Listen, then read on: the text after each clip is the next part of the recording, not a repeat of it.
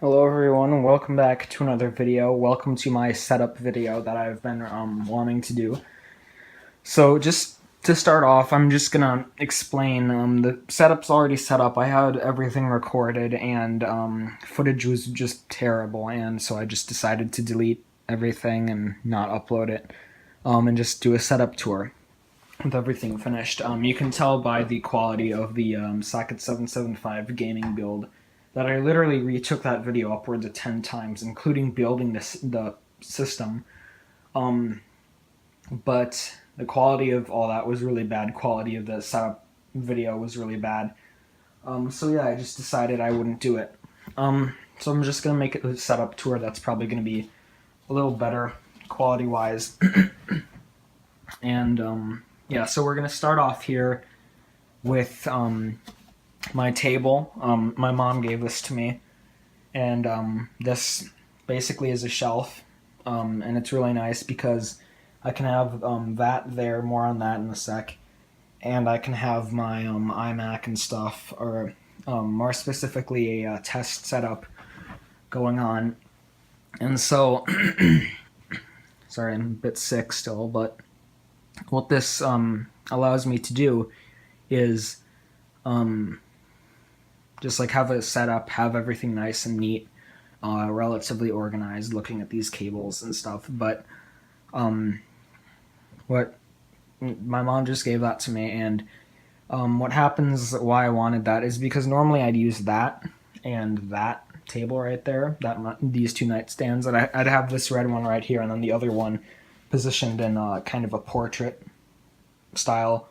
My Mac Pro sitting on that, and it blocked my view out the window, and it was depressing because I need a lot of natural light when I work and stuff. So I just got this, and works out fine. So you can see on top of that I have my iMac and a hard drive. What happens here is this is a good example. I was transferring some files to the iMac from my Mac Pro and stuff, so I could kind of do some work on it. And it helped a lot with that. So if we look down here, this is the literal heart of my setup, Mac Pro being the figurative heart. But what this is, it's a 4U studio rack, and the two top units are taken up by dual Furman power conditioners, and then the bottom two have vents panels in them. And so behind those vent panels, there's an airport base station, a 10100 switch, 5-port, and you can see it blinking back there, kind of, and some other bits and bobs. So basically, what happens, there's a power strip in the back, and that the two Furmans are plugged into that. I have my airport base station always turned on through that. And then I have my two, I have a MagSafe and a lightning adapter hanging out of there. You can see that. And that's plugged in all the time as well, so I can like charge my phone and computer when I'm asleep or something. But that's that. So I have the power strip just screwed into it, and it works all right, I guess. So, and then that plugs into the you guys can't see that back there, but it was a wall outlet. And so, yeah, that's basically what that is. So, going up there, you can see my Mac Pro just sitting there because I was charging it. Because we've been having a lot of storms, I want to have it at full charge in case power goes out, so I can just charge my phone, like leech the power from it onto my phone. So that's really that. Onto the side, or next to it, we have my Mac Pro. She is sitting on a 4U studio rack as well, but that is shorter depth-wise. And Mac Pro main machine, it is the 3 gigahertz 8 core 3.33 gigahertz 16 gigs of RAM, HD 5770, single optical drive, 512 gig SSD, and 640 gig video storage drive that is completely empty at this time because I'm still editing on the Mac Pro. I'm kind of working away from that. But What this does is it's my main computer. And yeah, so behind it I have a bunch of stuff plugged in. You can kind of barely see that. But it's the main machine. And that powers all of this. So down here you'll see Roman System 1, the socket 775 build.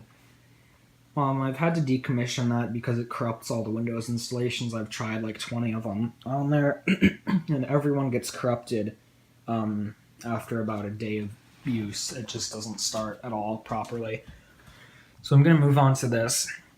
Right back here we have a USB hub that's plugged directly into the Mac Pro.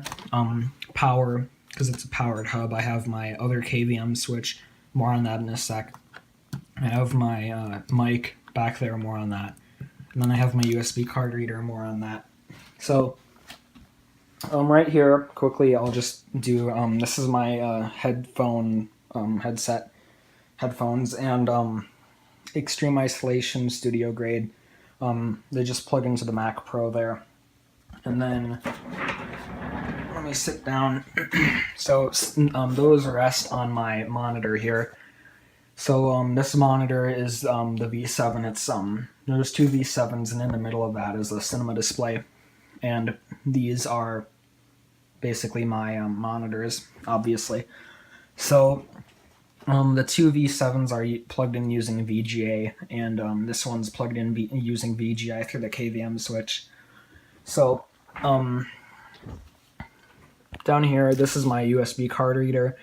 What happened with this is it's an internal card reader I got off of a surplus store computer, and I chopped the connector off that and spliced on a generic USB connector, and it works fine. Red, black, white, and green respectively. And this is my microphone. You'll see there it's actually a headset, but the microphone jams into your face and like goes into your mouth when you try and use it, so I don't use it for that. I just have it as a mic sitting back there. I have my two Logitech speakers. I use the headset mainly for like Skype calls and stuff because obviously it would echo a lot through there. Having the mic next to the speakers like that.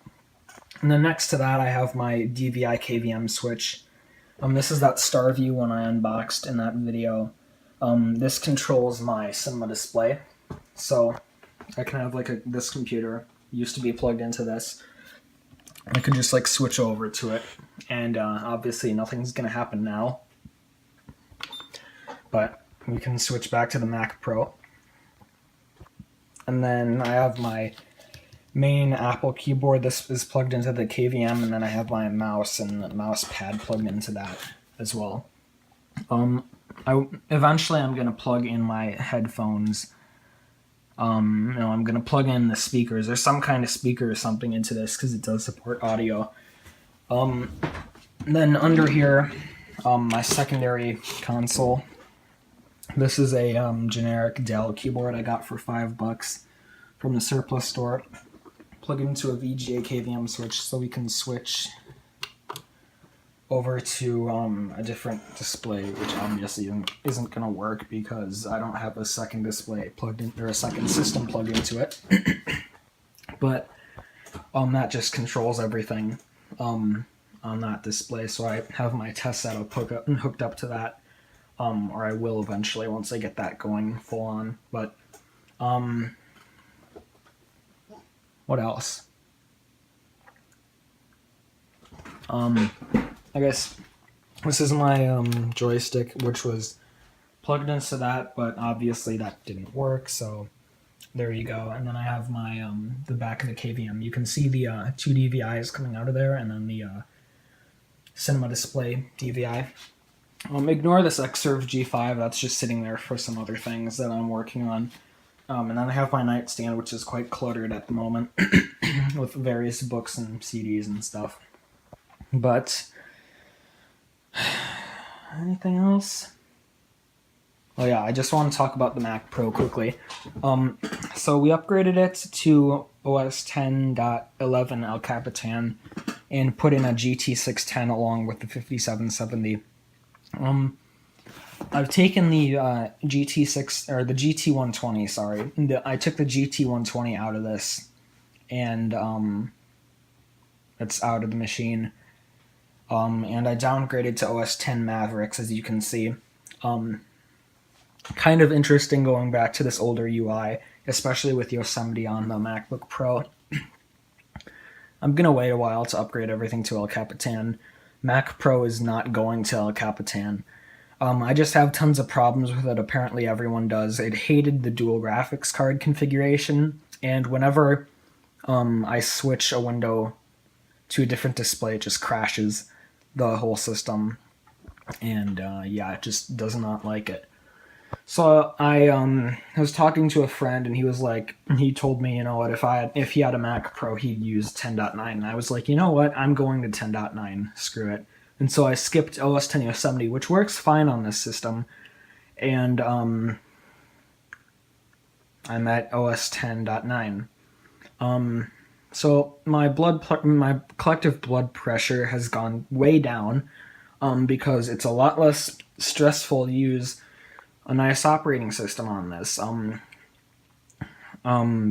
kind of getting sick of, like, we know exactly what you're gonna do, that kind of mindset when programming an operating system, because it's always like just stuff like that. You get what I'm saying? Like something like this. Like, say I want to type in, like, maybe I want to, like, look at, I don't want to go to YouTube's website, but I just want to look up YouTube. So I can type in YouTube and I hit return, and that happens, which is kind of nice. But say I want to go to, I just want to look up YouTube. Can't do that unless I unnecessarily type in YouTube with an E, go and delete all this, get rid of all that, and then I can type it in, and it just takes me to a Google thing. Like, I can't straight up Google it, and it drives me crazy. Say I want to do something like that. And I'm just tired of that mindset with all this, so I just went back to this, like, pre-Metro UI kind of thing with OS 10, which does look nice. I have gotten used to it, but I just like this a lot better. That's basically that. So I just downgraded to something that works. And really that's it. So until I sell the Mac Pro, it's probably going to stay with 10.9, because I'm sure Apple's going to ditch support for the poor thing at 10, 12, or whatever comes out. So there you go. That's it. Mac Pro wise. I'm also going to make a video on this, because I'm debating whether I should sell the Mac Pro and use that money to buy, like, a brand new iMac or something, because I love iMacs. They're really nice. These ones, the white ones, are just really nice to use. Also, more on the iMac in another video, because I would really like to go back to that machine. Sorry, I'm a bit sick, like I said, but I'd really like to go back to that machine. It's just nice to use, quiet. This is kind of audible, and I don't like that. But anyway, that's really going to be it for this video, so thanks for watching. I hope you enjoyed. Probably not the best quality, but have some nice camera equipment back there that I'm going to make a video on soon. So, yeah. Thanks for watching. I hope you enjoyed. I'll see you in the next video, which I'll be working on an Xserve. Not that Xserve, a different Xserve, but I'll be working on an Xserve. So thanks for watching. I'm going to go to bed because it's almost midnight, but like I said, fourth time, thanks for watching, and I'll see you in the next video.